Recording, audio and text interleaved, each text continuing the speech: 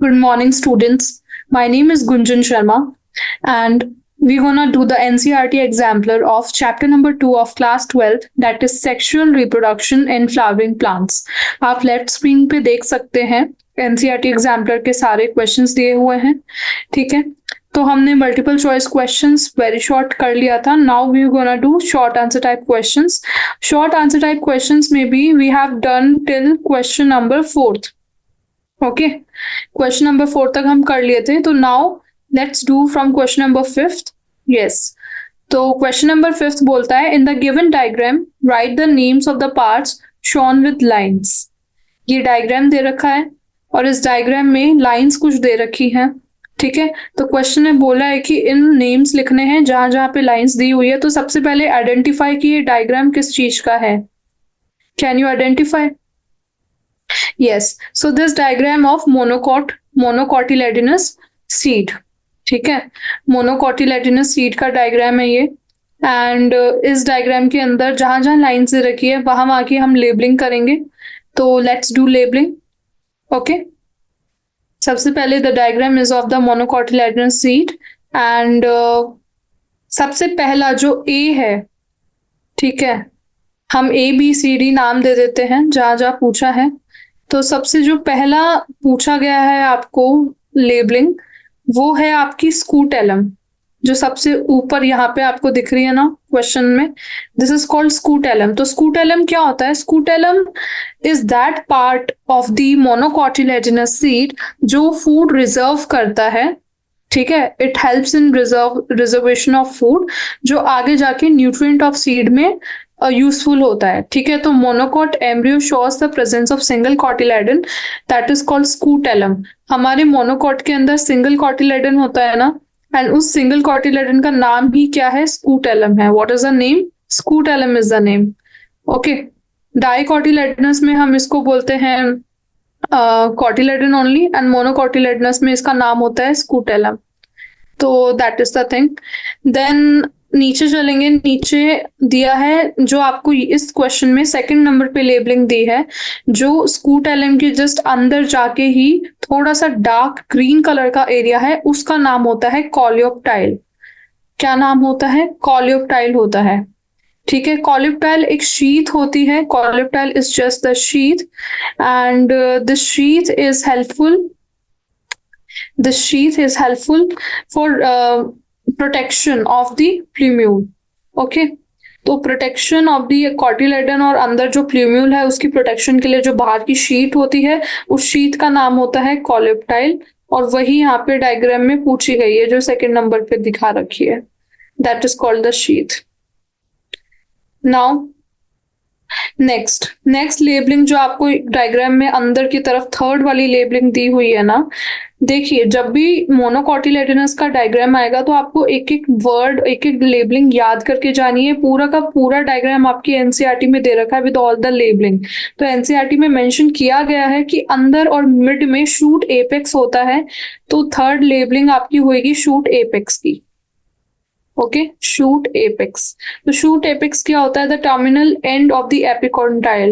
Epicotyl का जो terminal and होता है, ठीक है, उसको हम बोलते हैं शूट एपेक्स. तो ये आपका पूरा एपिकोटाइल है और इसका जो एक टर्मिनल एंड दिया हुआ है, इस टर्मिनल एंड का नाम है शूट एपेक्स. नाउ ये जो आपको फोर्थ लेबलिंग दी है, लेबलिंग नंबर D, वो लेबल करना है. तो that is your epiblast. Okay, जो लेबलिंग नंबर आपका D है, this one, this is called epiblast. Okay, and epiblast का फंक्शन क्या होता है?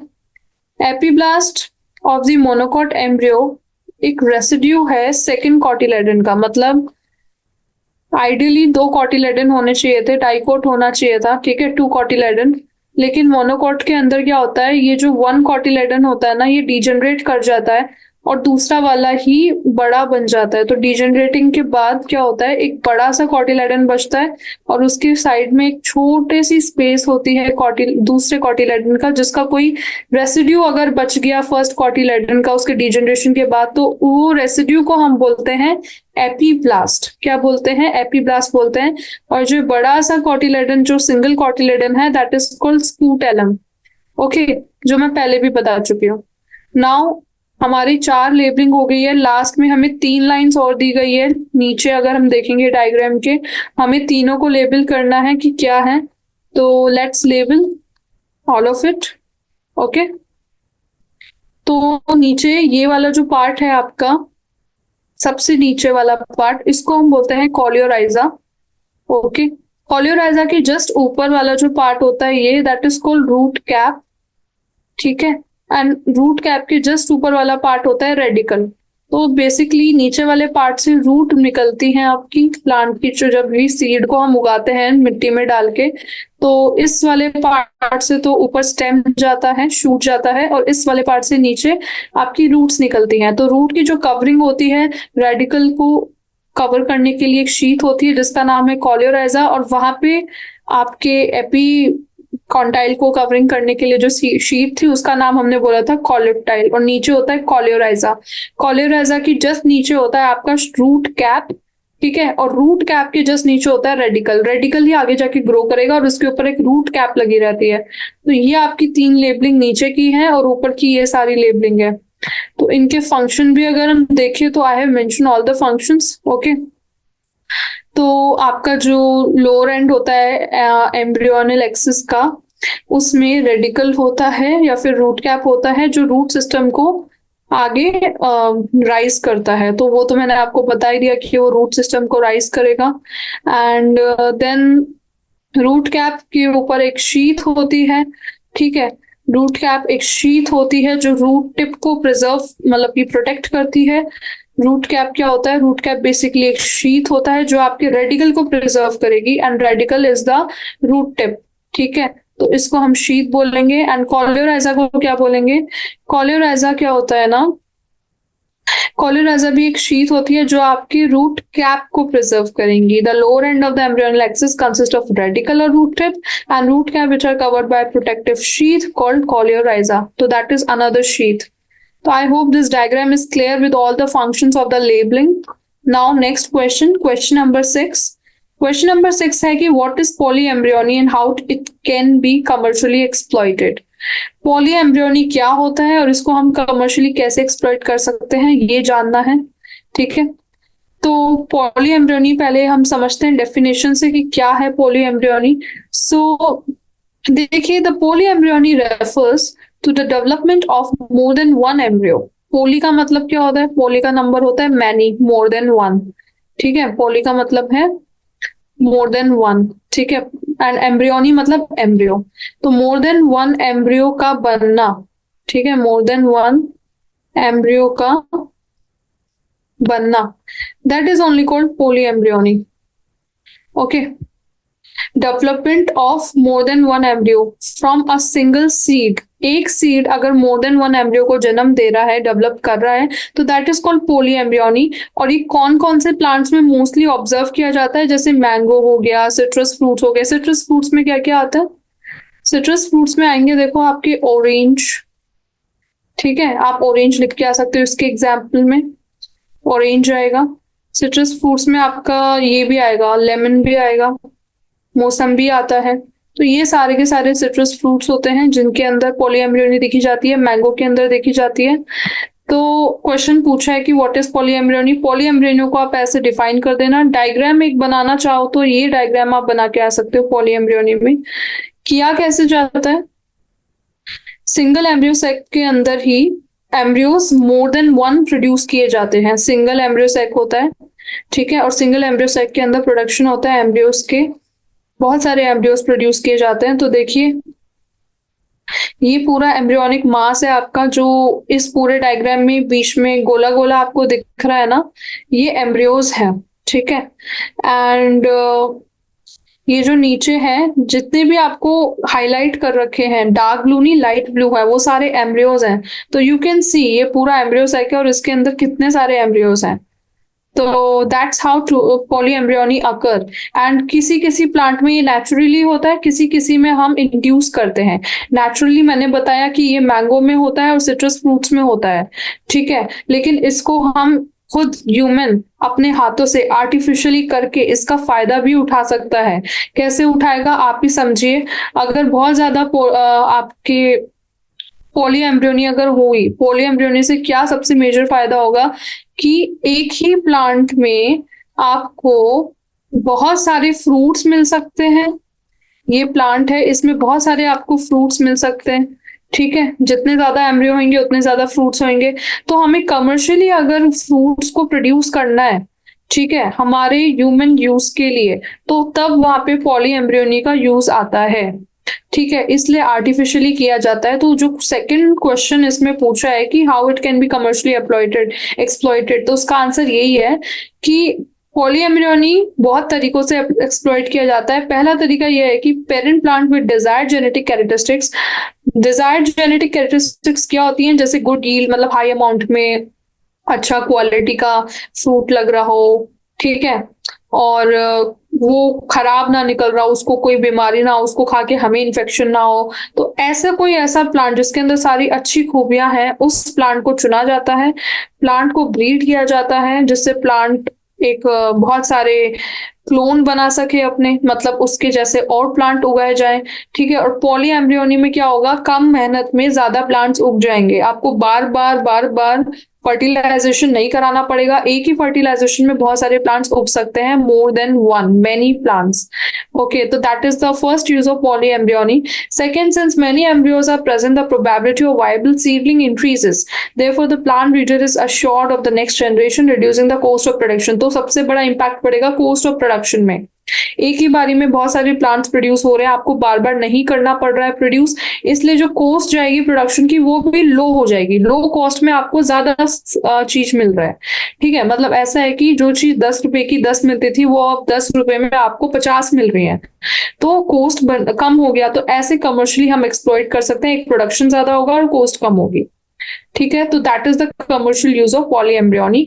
Now question number 7। Question number 7 बोल रहा है कि are parthenocarpy and apomixis different phenomena, discuss their benefits. तो पूछा है कि क्या पार्थिनोकार्पी और एपोमिक्सिस डिफरेंट फिनोमेना है, अगर है तो उनके बेनिफिट्स डिस्कस करना है। और हिंट भी दे रखा है क्वेश्चन में, yes they are different. Parthenocarpy leads to development of seedless fruits, apomixis leads to embryo development. तो क्वेश्चन के अंदर हिंट में ही आंसर छुपा हुआ है, अगर आप ध्यान से देखें। क्वेश्चन में पूछा कि क्या ये डिफरेंट फिनोमेना है, हिंट में दे रखा है यस दे आर डिफरेंट। तो ये तो आपको कंफ्यूजन ही नहीं करना है कि डिफरेंट है कि नहीं है, अब उनके बेनिफिट्स देखने हैं। ठीक है, तो आंसर आपको ऐसे ही देना है, हिंट जैसा ही, कि yes parthenocarpy and apomixis are different phenomena. Parthenocarpy is the phenomena of production of fruit without the process of fertilization. Apomixis is the asexual reproduction that forms seed without fertilization of the ovary. And mechanism क्या है इसका? Parthenocarpy can be natural or artificial. Stimulative parthenocarpy can be undertaken by using plant growth substances like gibberellic acid. ठीक है, तो mechanism क्या होता है कि पार्थिनोकार्पी और एपोमिक्सिस दोनों ही एसेक्सुअल रिप्रोडक्शन है, पहली बात। ठीक है, पार्थिनोकार्पी में क्या होता है कि प्रोडक्शन होता है फ्रूट का without process of fertilization, apomixis में सीड बनते हैं without fertilization of the ovary. तो पार्थिनोकार्पी नेचुरल भी किया जा सकता है और आर्टिफिशियली भी किया जा सकता है, नेचुरल एंड आर्टिफिशियल बोथ। तो अगर हमें इसे आर्टिफिशियली कराना है, ठीक है, आर्टिफिशियली कराना है, तो हम कैसे कराते हैं? हम प्लांट ग्रोथ सब्सटेंस कुछ होते हैं जो प्लांट के अंदर इंजेक्ट करते हैं, जैसे जिब्रेलिक एसिड। आपने प्लांट ग्रोथ वाले चैप्टर में पढ़ा होगा, जो आपकी प्लांट फिजियोलॉजी 11th क्लास का चैप्टर है, जिसमें जिब्रेलिक एसिड आया था, जो एक प्लांट ग्रोथ सब्सटेंस होता है। तो वो हम आर्टिफिशियली बाहर से एक प्लांट के अंदर इंजेक्ट करेंगे आपका जिब्रेलिक एसिड, जिससे प्लांट की ग्रोथ अच्छी होगी, एंड उससे पार्थिनोकार्पी हम इंड्यूस करते हैं। ठीक है, ठीक है। देन सेकंड, एपोमिक्सिस के अंदर embryos are form by division of nucellar tissue cells. ये तो आपको पता ही है, क्योंकि ये एक एसेक्सुअल रिप्रोडक्शन है, इसके अंदर डिविजन होता है विदाउट फर्टिलाइजेशन। तो एपोमिक्सिस के अंदर एम्ब्रियो बनते हैं by division of nucellar tissue cells without fertilization. ठीक है, तो ये तो हो गए मैकेनिज्म, हमने डिस्कस कर लिया। क्वेश्चन में यही पूछा था कि are parthenocarpy different from apomixis, तो उनके बेनिफिट्स बताने हैं। तो बेनिफिट बताने से पहले एक बार मैकेनिज्म हमने देख लिया कि कैसे होता है। फिर presence of seeds, parthenocarpic seed के अंदर पार्थिनोकार्पिक जब होती है तो पार्थिनोकार्पी से जितने भी फ्रूट्स बनते हैं ना बेटा, उनके अंदर सीड्स प्रेजेंट नहीं होते हैं। और एपोमिक्सिस के अंदर तो बन ही सीड रहा है तो सीड्स बनते हैं। ये एक डिफरेंस है पार्थिनोकार्पी के अंदर और आपके एपोमिक्सिस के अंदर। जो अगर आपको डिफरेंस मेंशन करने को बोले तो आपको ये डिफरेंस लिखना है, मैकेनिज्म लिखना है। मैकेनिज्म, पार्थिनोकार्पी के अंदर जिब्रेलिक एसिड जो होता है वो प्रेजेंट होता है, एपोमिक्सिस के अंदर डिविशन होता है। ठीक है। और थर्ड डिफरेंस आप लिखोगे उनके डेफिनेशन का ही है कि पार्थिनोकार्पी में फ्रूट बनता है विदाउट फर्टिलाइजेशन, एपोमिक्सिस में सीड बनता है। फिर समरी यहाँ पे लिख रखी है टैबुलेटेड फॉर्म में। पहले क्राइटेरिया लिख रखा है, देन डेफिनेशन लिख रखा है जो मैंने अभी बताया। ठीक है, डेफिनेशन लिख रखा है। डेफिनेशन वही है, apomixis is a phenomena production of seed. Parthenocarpy में फ्रूट आएगा। ठीक है, यहाँ पे आपका सीड आएगा। फिर उसके बाद मैकेनिज्म भी दे रखा है। मैकेनिज्म भी वही है कि यहाँ पे जिब्रेलिक एसिड है और वहां पे नहीं है। फिर प्रेजेंस ऑफ सीड्स आपको लिखना है कि एक में सीड्स प्रेजेंट होते हैं और एक में नहीं होते हैं। ठीक है, नाउ बेनिफिट्स की बात करेंगे। आपने डिफरेंस मेंशन कर दिया, अब बेनिफिट्स पे आइए। बेनिफिट्स क्या है? तो सबसे पहले बात करते हैं पार्थिनोकार्पी के क्या बेनिफिट्स होंगे। ओके, तो parthenocarpy is used in the production of seedless fruits with better quality and shelf life. बहुत सारे फ्रूट्स हैं हमारे जिनको हम सीडलेस खाना चाहते हैं। क्या आप नेम कर सकते हो कोई ऐसा फ्रूट? अगर आप सोचो कोई आपका फेवरेट फ्रूट हो और उसके अंदर सीड्स ही ना हो, बस वही पल्प हो जो आपको खाना है। I can clearly tell you which fruit are you imagining right now. It is watermelon. Okay, watermelon एक वो फ्रूट है जिसके अंदर बहुत ज्यादा सीड्स होते हैं। आप डायग्राम भी उसका ऐसे ही बनाते हो, अंदर सीड्स होते हैं, बाकी पूरा लाल कलर का होता है। बट सीड्स किसी को खाने हैं क्या? सीड नहीं खाने ना, आपको तो वाटरमेलन का पूरा पल्प खाना है। तो अगर हम वाटरमेलन में से सीड को हटा दें, ठीक है, और पूरा का पूरा आपको पल्प मिले, तो आपको टेस्टी लगेगा क्या? वाटरमेलन लगेगा ना। तो उसके लिए हम पार्थिनोकार्पी कर सकते हैं, क्योंकि पार्थिनोकार्पी के अंदर हम फ्रूट्स बनाते हैं पर विदाउट सीड्स बनाते हैं, सीडलेस फ्रूट्स।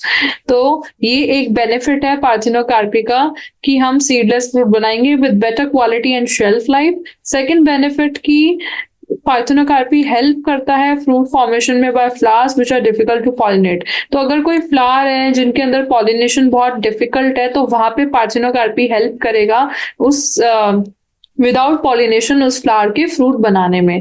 तो दो बेनिफिट हमारे पार्थिनोकार्पी के हमने पढ़े। अब हम पढ़ते हैं एपोमिक्सिस के क्या बेनिफिट्स हैं। तो देखिए, एपोमिक्सिस जो है एक वाइडली यूटिलाइज प्रोपगेशन है हाइब्रिड वेराइटीज का। ठीक है, इसके अंदर ये एसेक्सुअल रिप्रोडक्शन होता है जिसमें कोई फर्टिलाइजेशन नहीं होता लेकिन सीड्स बनते हैं। तो जो सीड्स होते हैं हाइब्रिड प्लांट प्रोजेनी के, वो डिजायरेबल कैरेक्टरिस्टिक्स लूज कर देते हैं अगर दोबारा आते हैं तो, क्योंकि सेग्रीगेशन हो जाता है कैरेक्टर्स का मियोसिस के दौरान। मैंने आपको बताया था बार बार मियोसिस होगा, फर्टिलाइजेशन होगा, तो कहीं ना कहीं जो रिसेसिव कैरेक्टरिस्टिक्स होती है हमारी वो आगे जाके एक्सप्रेस होती हैं, तो उससे हमारा जो क्वालिटी है फ्रूट का या फिर प्लांट का वो गिर जाता है। तो उस मियोसिस को रोकने के लिए हम एपोमिक्सिस करते हैं जिससे हमारी क्वालिटी इंक्रीज होती है। तो जो seed of the hybrid plant progeny lose desirable characteristics. ठीक है, बार बार मियोसिस होगा तो डिजायरेबल जो कैरेक्टरिस्टिक्स है वो लूज हो जाएगी, तो क्वालिटी गिर जाएगी। लेकिन अगर एपोमिक्सिस कराया और मियोसिस नहीं हुआ, ठीक है, तो हमारी क्वालिटी मेंटेन रहेगी। इसलिए एपोमिक्सिस का एक बेनिफिट ये है कि क्वालिटी मेंटेन करता है और अच्छी कैरेक्टरिस्टिक्स को लूज नहीं होने देता है। दूसरा, the generation of hybrid varieties is time consuming. ठीक है, अगर हमें फर्टिलाइजेशन कराना है फिर फ्रूट बनाना है तो उसमें बहुत टाइम लगेगा। इससे अच्छा है टाइम बचाने के लिए एपोमिक्सिस कर लो जिसमें कम टाइम लगता है। तो सेकेंड बेनिफिट इसकी जो टाइम है वो बच जाता है, तो टाइम भी कम हो जाता है। Third, propagation of these varieties generation after generation is assured in the absence of pollinators. ठीक है, hence apomixis is important to the farmer community. ठीक है, तो थर्ड यही है कि अगर कोई पॉलिनेटर नहीं है, जो आपने पार्थिनोकार्पी का सेकंड बेनिफिट देखा था ना, वही एपोमिक्सिस का है। अगर कोई पॉलिनेटर है ही नहीं उस प्लांट को पॉलिनेट करने के लिए, तो वहां पे asexual reproduction is very much favourable and beneficial. इसलिए हम एपोमिक्सिस की हेल्प ले सकते हैं जहां पे पॉलिनेशन नहीं हो पा रहा है। Now question number 8। Question number 8 बोल रहा है why does the zygote begin to divide only after the division of primary endosperm cell? Why does the zygote begin to divide only after the division of primary endosperm cell? Simple सा question है। इसमें पूछा है कि जो primary आपने पढ़ा था ना, प्राइमरी एंडोस्पर्म सेल, देखिए ये रहा डायग्राम में, इसमें ये पूछा है कि क्यों एक जाइगोट तभी डिवाइड करता है जब प्राइमरी एंडोस्पर्म सेल डिवाइड करेगी। प्राइमरी एंडोस्पर्म सेल डिवाइड करेगी तभी क्यों करता है। तो देखिए प्राइमरी एंडोस्पर्म सेल, ये पूरी सेल है ब्लू वाली, that is called primary endosperm cell. और इसका जो न्यूक्लियस होता है उसको बोलते हैं प्राइमरी एंडोस्पर्म न्यूक्लियस, जो ट्रिप्लॉइड होता है। और जाइगोट हमारा ये है जो एक मेल गैमेट और एग सेल के फ्यूजन से बना है। तो पहले क्या होता है, पहले ये डिवाइड करती है, उसके बाद जाइगोट डिवाइड करेगा, आफ्टर डिवाइड करेगा। ठीक है, तो क्वेश्चन में पूछा है ऐसा क्यों, तो इसका रीजन समझते हैं कि ऐसा क्यों है। ठीक है, जो हमारी प्राइमरी एंडोस्पर्म सेल है वो डिवाइड करके बनाती है एंडोस्पर्म, और हमारा जो जाइगोट है वो डिवाइड करके बनाता है एम्ब्रियो। इसमें कोई डाउट आपको होना नहीं चाहिए, ये एम्ब्रियो बनाएगा और ये आपका एंडोस्पर्म बनाएगा। ओके, नाउ देखते हैं कि पहले एंडोस्पर्म क्यों डिवाइड कर रहा है फिर जाइगोट क्यों। तो इसका बेसिक सा रीजन यही है कि जाइगोट को चाहिए नरिशमेंट। जाइगोट एक बच्चा है जो आगे जाके एक प्लांट बनेगा, एक फ्लावर बनेगा। ठीक है, एक दूसरा नया प्लांट बनाएगा, वो एक बच्चा है जो पल रहा है, तो उसको चाहिए नरिशमेंट। तो नरिशमेंट कहाँ से आएगा आप ही बताइए। नरिशमेंट तो प्राइमरी एंडोस्पर्म सेल है, वो एंडोस्पर्म बनाएगी, फिर एंडोस्पर्म फूड को स्टोर करेगा और नरिशमेंट प्रोवाइड करेगा ना। तो इसलिए पहले एंडोस्पर्म चाहिए, और एंडोस्पर्म प्राइमरी एंडोस्पर्म सेल से बनेगा, इसलिए पहले प्राइमरी एंडोस्पर्म सेल डिवाइड करेगी, वो एंडोस्पर्म बनाएगी, एंडोस्पर्म फ्रूट को स्टोर करता जाएगा, फिर जाइगोट डिवाइड करके एम्ब्रियो बनाएगा, और फिर एंडोस्पर्म आराम से जाइगोट को फूड प्रोवाइड करता रहेगा और उसकी डेवलपमेंट अच्छी होगी। तो endosperm is where food material are stored for the developing embryo. So the zygote begins to divide only after the division of the primary endosperm cell. PEC is an adaptation to provide a sure nutrition to the developing embryo. ठीक है, तो I hope it's clear कि zygote को चाहिए खाना, food कौन देगा, food देगा उसको एंडोस्पर्म। और एंडोस्पर्म कब बनेगा, एंडोस्पर्म बनेगा जब पीईसी डिवाइड करेगा, पीईसी। तो इसलिए पहले पीईसी को डिवाइड करना पड़ेगा जिससे वो पहले फटाफट से एंडोस्पर्म बनाए। एंडोस्पर्म फूड इकट्ठा करना चालू करेगा, इतने में जाइगोट डिवाइड करके एम्ब्रियो बनाएगा, और जब फूड की अवेलेबिलिटी हो जाएगी तब एम्ब्रियो आएगा। ऐसे आप याद कर सकते हो, इसलिए पहले पीईसी डिवाइड करता है फिर जाइगोट डिवाइड करता है। तो that is the reason. Now question number 9 देखते हैं कि क्वेश्चन नंबर 9 में क्या पूछ रहा है। ठीक है, तो क्वेश्चन नंबर 9 है ये। क्वेश्चन नंबर 9 पूछ रहा है कि the generative cell of a 2-cell pollen divides in the pollen tube but not in 3-cell pollen, give reasons. ठीक है, तो बेसिकली इसमें पूछा है कि जो हमने जब पॉलन पढ़ा था तो हमने पढ़ा था कि पोलन के अंदर क्या क्या होता है, बताइए क्या क्या होता है। पोलन के अंदर आपकी वेजिटेटिव सेल होती है, आपकी जनरेटिव सेल होती है, और आपकी मेल गैमेट्स होते हैं। ठीक है, तो मैंने ये बताया था पहले पोलन एक 3-cell स्टेज रहती है, 1 2 3। उसके अंदर ओनली जनरेटिव सेल होता है, ठीक है, और मेल गैमेट्स होते हैं, वेजिटेटिव सेल नहीं होता है। लेकिन बाद में जब पोलन स्टिग्मा में रुकता है, स्टिग्मा पे ठहरता है और अंदर जाता है, फीमेल पार्ट के अंदर जाएगा पोलन ट्यूब से, तब वहां पे वेजिटेटिव सेल बनेगी जनरेटिव सेल के डिवाइड होने के बाद। बताया था ना। तो क्वेश्चन में पूछा कि क्यों वो बाद में क्यों बन रही है, पहले क्यों नहीं है। तो इसका रीजन क्या है वो देखिए। इसका रीजन यही है कि हमें डबल फर्टिलाइजेशन करना है। ठीक है, डबल फर्टिलाइजेशन तभी होगा जब हमारे पास 2 मेल गैमीट्स होंगे। ठीक है, 2 मेल गैमीट्स होंगे। तो रिक्वायरमेंट है ना, रिक्वायरमेंट के बारे में आप लिखना, the process of double fertilization can take place only when 2 male gametes are released. बात सही। These male gametes are formed by the mitotic division of generative nucleus found in pollen grains। और ये जो दो मेल गैमेट्स बनते हैं ना बेटा, ये आपके जनरेटिव सेल ही बनाता है। जनरेटिव सेल जो होता है वो माइटोटिक डिविजन करके दो मेल गैमेट्स बनाएगा। तो उस टाइम पे टू सेल pollen grain होता है। Usually the pollen grain is shed at the two cell stage. A two cell mature pollen consists of one vegetative cell and one generative cell. It forms the pollen tube when it lands on the stigma of another flower. The generative cell then divides in the pollen tube to produce two male gametes for the execution of double fertilization. ठीक है, but not in the three cell pollen। उसके बाद diagram देखिए, diagram ये है कि ये आपका वेजिटेटिव सेल होता है, ये आपका जनरेटिव सेल होता है। मेन जो है वो बड़ा सा वेजिटेटिव सेल रहेगा, साइड में छोटा सा जनरेटिव सेल रहेगा। तो ये टू सेल pollen grain है। नॉर्मली तो टू सेल pollen grain ही शेड होता है, बाद में जाके डिवाइड करके फोर सेल बन जाता है वो। तो अभी के लिए तो टू सेल ही रहता है, ठीक है।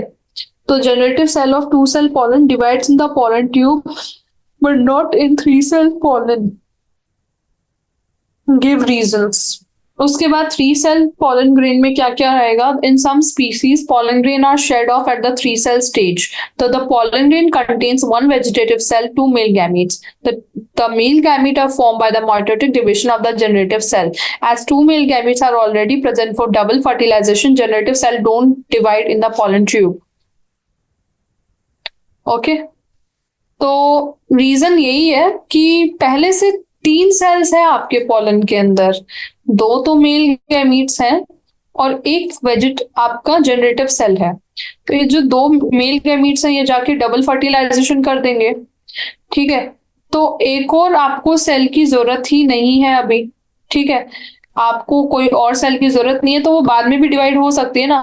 तो जब ये स्टिग्मा पे जाके पॉलन बैठता है और पॉलन ट्यूब बना के अंदर जाता है, तो पॉलन ट्यूब में पहले ही दो मेल गैमीट्स आपके पॉलन ग्रेन से अलग हो जाते हैं, जो जाके एम्ब्रियो सैक में फ्यूज करते हैं। तो बचा हुआ जो पॉलन होता है उसमें फिर एक ही आपका जनरेटिव सेल बचता है। तो उस टाइम पे जनरेटिव सेल जब पॉलन ट्यूब में होता है तब डिवाइड करके वो एक वेजिटेटिव सेल बना लेता है, तब डिवाइड करके वो वेजिटेटिव सेल बना लेता है। तो रीजन ये लिख के ना कि कोई नीड ही नहीं थी, इसलिए थ्री सेल स्टेज में ही था वो, जिसमें दो मेल गैमेट्स थे और एक आपका जनरेटिव सेल था। लेकिन जब एक वेजिटेटिव सेल था और दो मेल गैमेट्स थे, फिर जब male gametes are form by the mitotic division of the generative cell and as two male gametes are already present, तो generative cell don't divide in the pollen tube. पहले से present है तो divide नहीं होता है। तो ये सब चीजें रहती हैं, दो मेल गैमेट्स रहते हैं, एक वेजिटेटिव ट्यूब या फिर न्यूक्लियस भी बोलते हैं इसको। तो यही रीजन है बस। तो इस क्वेश्चन में डायग्राम बना देना टू सेल pollen grain का and three cell pollen grain का। आपको समझ आ रहा है ना कि दो कंडीशन है यहाँ पे। एक कंडीशन ये है कि pollen grain two cell stage में निकल रहा है और दूसरा कंडीशन ये है कि pollen grain three cell stage में निकल रहा है, ठीक है। जब वो टू सेल स्टेज में निकल रहा है तो उस टाइम पे बस वेजिटेटिव सेल है और जनरेटिव सेल है, ठीक है। बाद में जाके जनरेटिव सेल माइटोसिस करके दो मेल गैमीट्स बना रही है डबल फर्टिलाइजेशन से जस्ट पहले पॉलन ट्यूब के अंदर। और दूसरा केस है कि थ्री सेल स्टेज में ही निकल रहा है, जिसमें ऑलरेडी दो मेल गैमीट्स हैं और एक वेजिटेटिव न्यूक्लियस और वेजिटेटिव सेल है, और या वो पहले ही डिवाइड कर दिया। तो क्वेश्चन में एक्चुअली फर्स्ट कंडीशन के बारे में पूछा है कि डिविजन बाद में क्यों हो रहा है। डिविजन बाद में हो रहा है डबल फर्टिलाइजेशन के लिए। डबल फर्टिलाइजेशन के लिए दो मेल गैमीट चाहिए, इसलिए पॉलन ट्यूब में जाके दोबारा से डिविजन होके दो सेल से तीन सेल स्टेज बन रही है पॉलन की, ठीक है। तो that is the answer. Now question number 10। Question number 10 बोल रहा है in the figure given below label the following parts, ठीक है। Male gamete, egg cell, polar nucleus, synergid and pollen tube. बस लेबल करने का बोला है, हम एक्सप्लेन भी कर देंगे पार्ट्स को। तो ये सारे पार्ट्स हैं, ये डायग्राम दिया है आपको और डायग्राम में बोला है कि इन सब चीजों को लेबल करो। किस किस को लेबल करने को बोला है? मेल गैमीट्स बताओ कि मेल गैमीट्स डायग्राम में कहाँ हैं, ठीक है। और बोला है कि एग सेल कौन सी है, पोलर न्यूक्लियाई क्या है, सिनर्जिड क्या है और पोलन ट्यूब क्या है। तो चलिए करते हैं। पोलन ट्यूब तो देखियो यही है, ये जो ट्यूब अंदर घुस रही है ना आपके एम्ब्रियो सैक के, इसी ट्यूब का नाम है पोलन ट्यूब, ठीक है। Or you can also see in this pollen tube there are two cell. तो ये दोनों क्या है, ये मेल गैमीट्स हैं. These are male gametes. Okay, क्या बोलते हैं इनको, मेल गैमीट्स बोलते हैं. और मैंने पहले भी बताया था कहाँ से ये पोलन ट्यूब अंदर जाता है, माइक्रोपाइलर एंड से अंदर जाता है. माइक्रोपाइलर एंड पे क्या होता है, फिलीफॉर्म एपरेटस होता है. फिलीफॉर्म एपरेटस के ऊपर दो सेल जुड़ी होती हैं, बीच में होती है एक्सेल, साइड साइड में होती है सिनर्जिड्स. ठीक है, एम्ब्रियोसेक में दो एंड होते हैं. जो ऊपर वाला एंड होता है एम्ब्रियोसेक का, ये वाला एंड वो होता है चलाजल एंड. चलाजल एंड पे एंटीपोडल सेल्स होती हैं 3.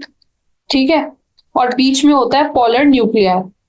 तो ये जो डायग्राम है ना, ये एनसीईआरटी का डायग्राम है. ये तब एम्ब्रियोसेक का वो डायग्राम है जब फर्टिलाइजेशन उसमें होने वाला है, मेल गैमीट्स अंदर जा रहे हैं. तो इसके अंदर ये तो मैंने बता ही दिया कि क्या पोलन ट्यूब है. ठीक है, और मेल गैमीट्स, ये दोनों मेल गैमीट्स हैं, ये भी बताया. मेल गैमीट के जस्ट नीचे जो है ये वेजिटेटिव सेल है. 3 सेल स्टेज था ना, तो that is called vegetative cell का न्यूक्लियस. और ये फिलीफॉर्म एपरेटस अभी बताया जिससे सेल अटैच होती हैं. फिर सिनर्जिड, ये वाली cell, this is called synergid. ठीक है, ये एनसीईआरटी का एग्जैक्ट डायग्राम दिया है, वहां पे सब लेबलिंग की हुई है. ये सिनर्जिड है. और एक्सेल कौन सी है, एक्सेल लेफ्ट वाली है. लेफ्ट वाली, अब आप ना इसमें डिफ्रेंशिएट नहीं कर सकते हो कि कौन सी एक्सेल है, कोई इसमें लॉजिक नहीं है. बस इतना ही है, एनसीईआरटी में लेफ्ट वाली को एक्सेल लिखा है और राइट वाली को सिनर्जिड लिखा है. और बीच में ये जो दिख रहे हैं ना, ये पॉलर, ये पूरा एम्ब्रियोसेक ऊपर तक खत्म होगा. ये वाला पार्ट होगा आपका चलाजल एंड. यहाँ पे होंगी आपकी 3 एंटीपोडल सेल्स. अभी इसमें आधा ही दे रखा है, तो बीच में ये जो है ना, बीच में आते हैं पोलर न्यूक्लियाई.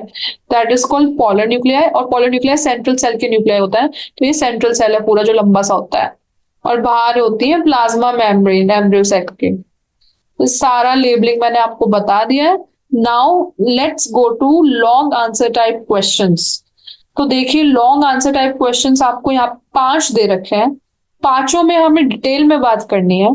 जब भी लॉन्ग आंसर टाइप क्वेश्चन आता है, तो मान लो आपको एक चीज पूछिए, तो उस चीज को आप पहले बेसिक से एक्सप्लेन करते हो. ठीक है, मैं एग्जांपल देके बताऊंगी क्वेश्चन का. फर्स्ट क्वेश्चन देखिए, फर्स्ट क्वेश्चन लिखा है starting with the zygote, draw the diagram of the different stages of the embryo development in a dicot. ठीक है, starting with the zygote, draw the diagrams of the different stages of the embryo development in a dicot. Question में पूछा है कि एक डाइकोटिलेडनस plant जो होता है, डाइकोटिलेडनस सीड जो होता है, उसमें जो डिफरेंट स्टेजेस होती है एम्ब्रियो डेवलपमेंट की. एम्ब्रियो डेवलप होगा तो उसकी जितनी भी डिफरेंट स्टेजेस हैं, उन अलग अलग स्टेजेस को लिखना है, उनका डायग्राम बनाना है. और जाइगोट से चालू कीजिए. जाइगोट से कैसे एक डाइकोटिलेडनस प्लांट और सीड बनेगा, वो सारी स्टेजेस बनाओ डायग्राम, और उनके बारे में बताओ. देखिए, सबसे पहले डाइकॉट की बात की गई है ना. डाइकॉट, तो जब भी लॉन्ग आंसर टाइप क्वेश्चन आता है तो क्या करना होता है, डायग्राम भी बनाना होता है, लिखना भी होता है, और हर चीज एक्सप्लेन करनी होती है. पहले एक्सप्लेन कर देना व्हाट इज डाइकोटिलेडनस प्लांट, और लिख देना जिसमें 2 कॉटिलेडन्स होते हैं, 2 कॉटिलेडन, उनको बोलते हैं हम डाइकोटिलेडनस प्लांट. उसके बाद आगे बढ़ना कि जो क्वेश्चन में पूछा गया है. तो अभी क्या पूछा गया है कि जाइगोट से चालू करो, सारी स्टेजेस बताओ. ठीक है, तो पहली स्टेज पे आ जाता है, डायग्राम के साथ बतानी है, याद रखना. पहली स्टेज है आपकी 2 सेल स्टेज. ठीक है, 2 सेल स्टेज है आपकी. ये आपका है जाइगोट, जो फर्टिलाइज्ड एग की तरह यहाँ पे दिखा रखा है लेफ्ट में. This is your zygote. Zygote से चालू करने को बोला तो जाइगोट से चालू करता है. इसमें हुआ पहला डिवीजन, फर्स्ट डिवीजन. पहला डिवीजन कैसा होगा, अब माइटोटिक डिविजन होंगे सारे. पहला फर्स्ट डिवीजन हुआ और एक 2 सेल स्टेज बन गई. तो पीछे वाली जो सेल है वो है बेसल सेल. ये आपने डायग्राम से दिखा दिया आपका फर्स्ट डायग्राम. और इसी को ऊपर जाके आपको एक्सप्लेन करना है, इसी डायग्राम को एक्सप्लेन करना है. तो इसके बारे में आप लिखोगे in dicot, zygote divides in a transverse direction to form 2 unequal cells, the terminal cell, apical cell and basal cell. आपने देखा ना कि ये ट्रांसवर्स डायरेक्शन में डिवाइड हुआ है. ये पूरा जाइगोट था, ट्रांसवर्स होता है ये. This direction. तो ऐसे डिवाइड हुआ, छोटी सेल बनी वो एपिकल सेल थी और बड़ी सेल जो थी वो बेसल सेल थी। Apical cell and basal cell. ठीक है, तो ये हो गया first division and two cell stage.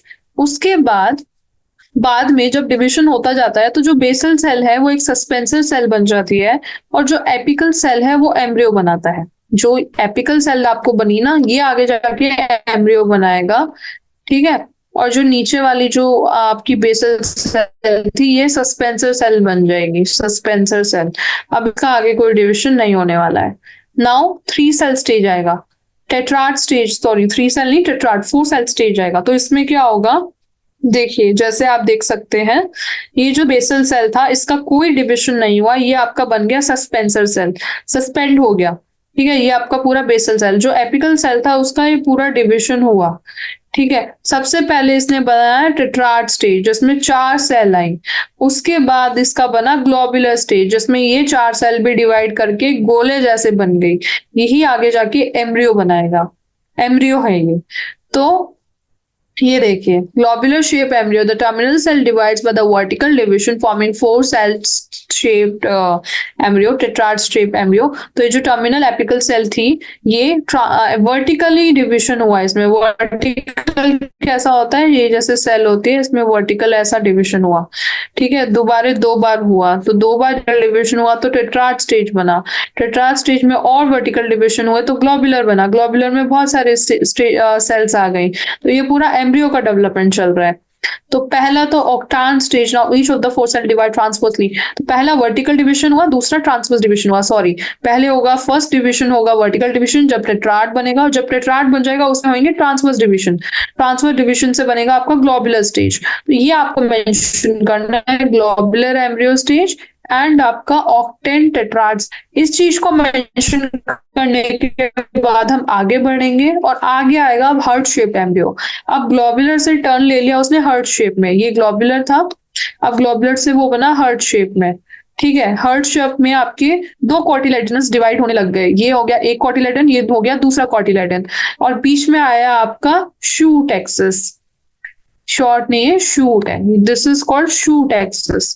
ठीक है, तो इसको बोलते हैं हम हार्ट शेप्ड एम्ब्रियो स्टेज। कौन सा shape embryo stage, heart shape. पहला था टेट्राड, फिर आया ग्लोबुलर, अब आया हार्ट।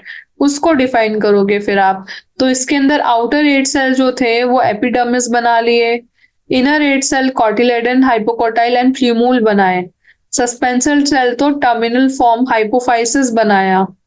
सस्पेंसर सेल जो बेसल सेल था वो हाइपोफिसिस बन गया। ठीक है, हाइपोफिसिस क्या करेगा, रूट बनाएगा। ऊपर वाला जो सेल है जो हार्ट शेप में बीच में है, यहाँ पे शूट एक्सिस बना, ये आगे जाके स्टेम बनाएगा। नीचे बेसल सेल है, वो बेसल सेल आपका हाइपोफाइसिस बनाया, ये रूट बनाएगा, ये रूट बनाएगा, ये शूट बनाएगा। ऐसे आपका एम्ब्रियो का डेवलपमेंट हो रहा है, डाइकॉट का।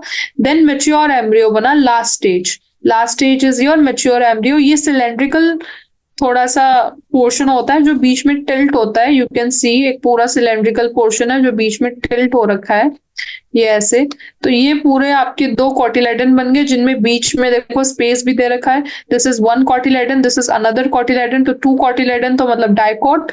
एंड और भी चीजें हैं, सारी चीजें अगर देखें तो ये आपका प्ल्यूम्यूल है रेड कलर का, यहाँ पे आपका एपिकॉन्टाइल है, ये आपका हाइपोकॉन्टाइल है, यहाँ से आपका रूट बनेगा, यहाँ से आपका स्टेम बनेगा। ठीक है, हाइपोकॉन्टाइल के जस्ट नीचे आपका रेडिकल है, रूट कैप है, यहाँ से रूट निकलेंगे, यहाँ से स्टेम निकलेगा एपिकॉन्टाइल से। ये पूरा एम्ब्रियोनल एक्सिस है आपका।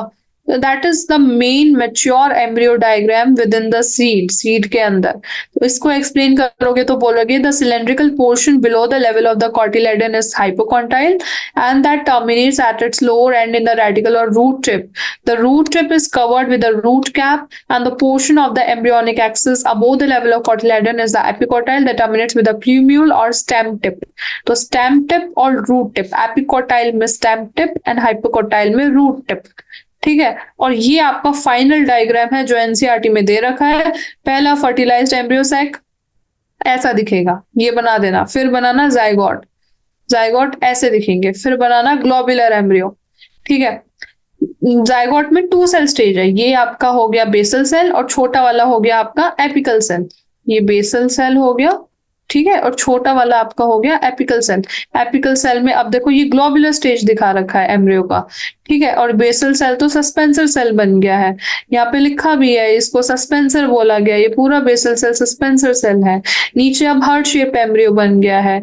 उसके बाद आपका मेच्योर एम्ब्रियो बन गया है। जो सिलेंड्रिकल पोर्शन है वो क्या है, वो कॉटिलेडन्स है। तो ये सब आपको एक्सप्लेन करना है। इसमें प्ल्यूम्यूल भी दिखाया है, कॉटिलेडन भी दिखाया है और रेडिकल भी दिखाया है। तो ये आपका पूरा का पूरा एनसीईआरटी से ही डायग्राम मैंने यहाँ पे कॉपी पेस्ट किया है। तो आपको एनसीईआरटी खोल के अगर अभी आप बैठे हो तो वहां से आप एकदम कंफर्म भी कर सकते हो। Now next question which is question number second. Question number second में बोला है what are the possible types of pollinations in chasmogamous flowers, give reasons.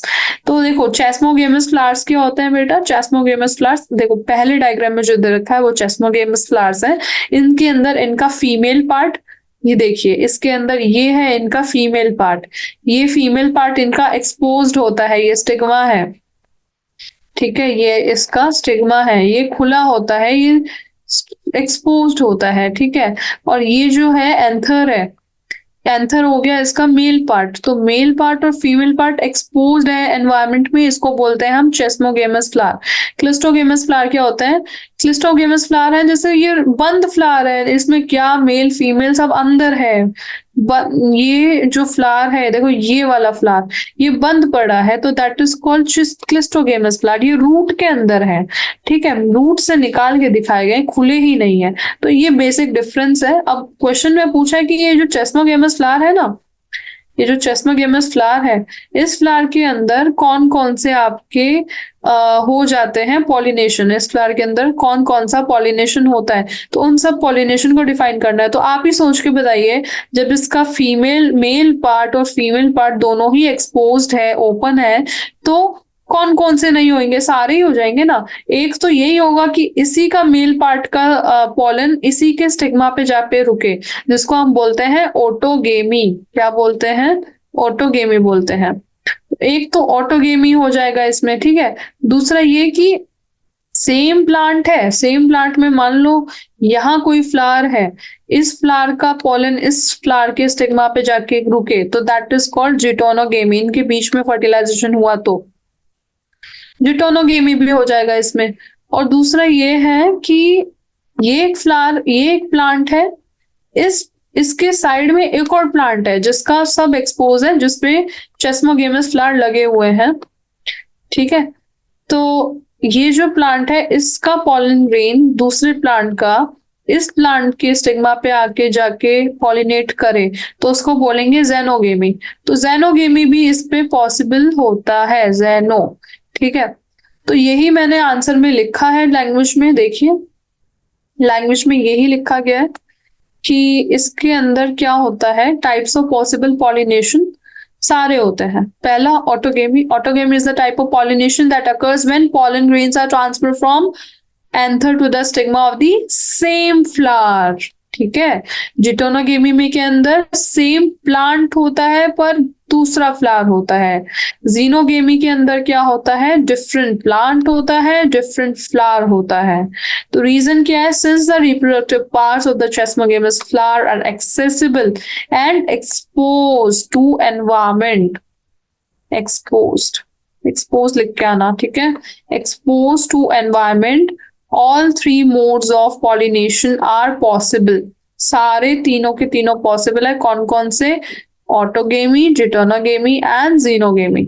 Now question number आपका third, with a neat label diagram, एक अच्छा label diagram बनाओ और describe करो parts of a mature angiosperm embryo sac, ठीक है। Embryo sac का diagram बनाओ और उसके पार्ट्स बताओ एक मैच्योर एम्ब्रियो सैक के। और उसके अंदर ये भी पूछा है कि सिनर्जिड्स का क्या रोल होता है, वो लिखना है। पहले तो डायग्राम कुछ ऐसा बना देना, ये मैं बहुत बार बनवा चुकी हूँ, कुछ नहीं है। एक ओव्यूल शेप बनाना जिसमें एक चलाजल एंड बनाना, एक micropylar and banana. Chalazal end के पास में 4 सेल्स बना देना। ये हो गई आपकी एंटीपोडल सेल्स, सारी के सारी एंटीपोडल सेल्स, ठीक है। फिर ये थोड़ा सा बीच में एक सेंट्रल सेल बनाना ऐसे, सेंट्रल सेल के दो न्यूक्लियस बनाना जिनको बोलते हैं हम पोलर न्यूक्लियाई, पोलर न्यूक्लियाई, और ये हो गया आपका सेंट्रल सेल। ठीक है, अब यहाँ पे बनाना एक फिलीफॉर्म एपरेटस ऐसा, और इसके ऊपर दो सेल लगाना ऐसे इसके ऊपर, इसको बोलते हैं हम सिनर्जिड्स, और ये होता है आपका फिलीफॉर्म एपरेटस। और ये जो दो सिनर्जिड्स हैं इनके बीच में एक सेल ऐसे करके आप बनाओगे, ठीक है, ये एक और सेल बनेगी, इसको बोलते हैं axil. I know my diagram is very messed up, लेकिन you can see a neat diagram over here. आपको ऐसा डायग्राम बना के आना है पूरा का पूरा, जिसमें आपको एंटीपोडल सेल्स दिखानी है, सेंट्रल सेल दिखानी है, पोलर सेल दिखाने हैं, एग दिखाना है, सिनर्जिड दिखाना है, फिलीफॉर्म एपरेटस दिखाना है। ठीक है, चलाजल एंड हो गया आपका एंड माइक्रोपाइलर एंड हो गया। उसके बाद बोला है कि डायग्राम बनाओ और उसके बाद पार्ट्स बताओ। तो पार्ट्स क्या क्या हो गए? पार्ट्स देखिए, टिपिकल मैच्योर एम्ब्रियो सेक है, तो उसमें एग एपरेटस हुआ, जिसके अंदर एक एग होता है, टू सिनर्जिड सेल्स होती हैं, उसको एग एपरेटस बोलते हैं, तीन एंटीपोडल सेल्स हैं, ठीक है, दो सेंट्रल पोलर न्यूक्लियाई है, एंड एंटीपोडल जो है वो थ्री सेल्ड है at the chalazal end of the ovule. ठीक है, जो एंटीपोडल है वो थ्री सेल्ड है the chalazal end of the ovule. Polar nuclei है वो one nucleus from each and of the chalazal end the micropylar and is called polar nuclei. ठीक है, one nucleus from each and of the chalazal end micropylar and is called polar nuclei. Polar nuclei central cell का होता है। Central cell is the largest cell. Central cell के बारे में लिखोगे आप कि central cell is the largest cell formed by fusion of two polar nuclei. Egg apparatus में one large egg cell, two synergids and filiform apparatus. अब role of synergids पूछा था, तो रोल ऑफ सिनर्जिड्स क्या है? एक तो एंजियोस्पर्म प्रोडक्शन होता है, ठीक है, दूसरा ग्रोथ ऑफ पोलन ट्यूब में हेल्प करता है, जो पोलन ट्यूब होती है उसकी ग्रोथ में हेल्प करेगा कि उसकी ग्रोथ एग के टुवर्ड्स हो, तो वो सिनर्जिड ही डायरेक्ट करते हैं और हेल्प करते हैं।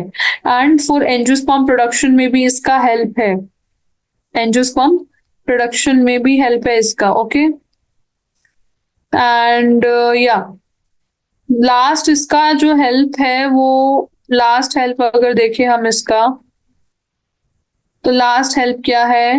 Helps in the nutrition of the embryo sac by absorption and transport of food from nucleus through its filiform apparatus. तो देखिए तीन मेजर हेल्प है। पहला हेल्प तो यही है कि ये एंजियोस्पर्म प्रोडक्शन में हेल्प करेगा, दूसरा एक दूसरा प्लांट बनाने में हेल्प करेगा, तो बोल दिया एंजियोस्पर्म प्रोडक्शन। ठीक है, एंजियोस्पर्म प्रोडक्शन। दूसरा हेल्प ये है कि पोलन जो ट्यूब है उसकी ग्रोथ में हेल्प करेगा, उसकी ग्रोथ में हेल्प करेगा टुवर्ड्स योर एक्सेल, एक्सेल की तरफ इसका ग्रोथ हो, एक्सेल की तरफ हो इसका ग्रोथ, उसमें हेल्प करेगा।